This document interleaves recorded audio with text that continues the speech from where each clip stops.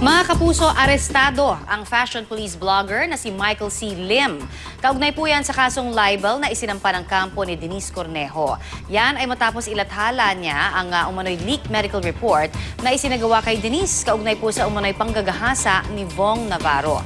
Attorney Gabby, marami nagtatanong kung itong particular na kaso na ito, halimbawa, ay maituturing bang libel yung pagsisiwalat daw ng isang medical report ng isang tao? Well, unang-una, hindi ba Hindi dapat nga. confidential Dapat. actually yung mga medical report at mga resulta ng mga tests natin, di ba? Tama. Eh, mas lalo na kung yung isang medical report ay nagsasabi na meron ka isang medical condition o disease na magkakaroon ng reaksyon na hindi masyadong maganda mula sa ibang tao. Exactly. Diba? Kasi merong judgmental aspect. At magkakastigma ka, Of di course. ba? Oo. So sa ilalim po ng batas natin, paninira yan ng reputasyon ng isang tao o libel. At sa ilalim ng Article 353 ng Revised Penal Code, parang merong libel yung isang sitwasyon na merong public. And of course, you can't deny it's very public.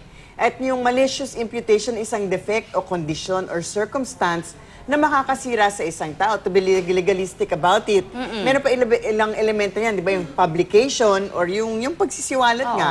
At yung meron ngang mali siya. So yung pagsisiwalat publicly na meron kang sakit na obviously na-publicize na sa internet at na-settle na naman ng ating Korte Suprema na meron ngang online internet libel.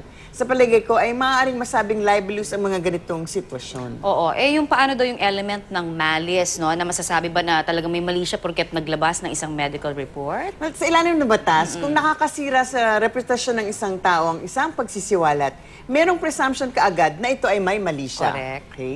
So ang burden ay nasa taong nag-publish online ay ipakita na walang mali siya dito. Pero kung iisipin nyo naman, meron ba namang good intention at justifiable motive Oo nga na naman. isigaw sa lahat ng tao na merong sakit ang isang tao? Meron bang noble cause o intention para ma-rationalize ang mga ganitong kagagawan? Yan ang kailangan ipakita. Otherwise, maaaring magkaroon nga ng malaking problema. Yun. Pero kung totoo, sabi nila, di ba, isn't truth defense in libel? Sinasabi nila madalas nating naririnig yan. Truth is a defense, di ba? Pero hindi rin naman palaging totoo po yan.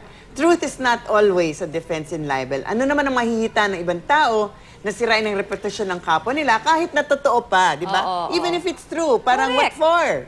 And Paninira of course, yun. Paninira talaga. Kung ang tinitira, but of course, kung ang tinitira public official, yung mental, moral at physical fitness ng ibang kandidato halimbawa, medyo mas mataas ang threshold, di ba? Hindi tulad ng ibang mga kasi syempre yung mga kandidato natin kailangan natin malaman. Masuri ng husto. Oo. So yun, baka meron pa. Pero yung kung pribadong tao, yung ordinaryong tao, hindi na po talaga kailangan. Sa isang banda, kailan ba pwede magkaroon ng justifiable motive? Halimbawa, diba? Yung isang tao, nag-a-apply siyang security guard, nalaman mo. Sinabi mo ngayon doon sa ina-applyan niya, naku, magnanakaw yan, na-convict na yan. Security guard ang ina-applyan niya. Masasabi mo na medyo paninira ng tao, pero merong Basihan. may motive, may justification.